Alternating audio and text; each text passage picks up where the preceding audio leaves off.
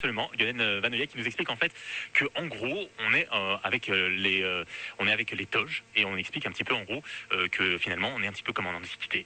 Quelques mois avant le début des JO, des prêtresses des rats avec le costume antique lors d'une cérémonie sacrée vont allumer cette flamme, vraiment sur le modèle antique. Et cette flamme va être confiée au comité olympique hellénique, qui va donc l'emporter, si je puis dire, dans le stade Panaïkos, qui a été donc la première fois inauguré en 1896 pour les Jeux modernes. Et cette flamme va être ensuite confiée au pays organisateur et confiée également au COJO, donc au comité olympique des Jeux olympiques. Donc une flamme allumée selon la tradition antique, c'est-à-dire à l'aide des rayons du soleil. Absolument, c'est limite encore plus difficile à réaliser que sur Koh Lanta, vous imaginez bien. Tout est fait pour respecter au mieux l'esprit des Jeux Olympiques et les valeurs de fraternité, de paix et de sportivité.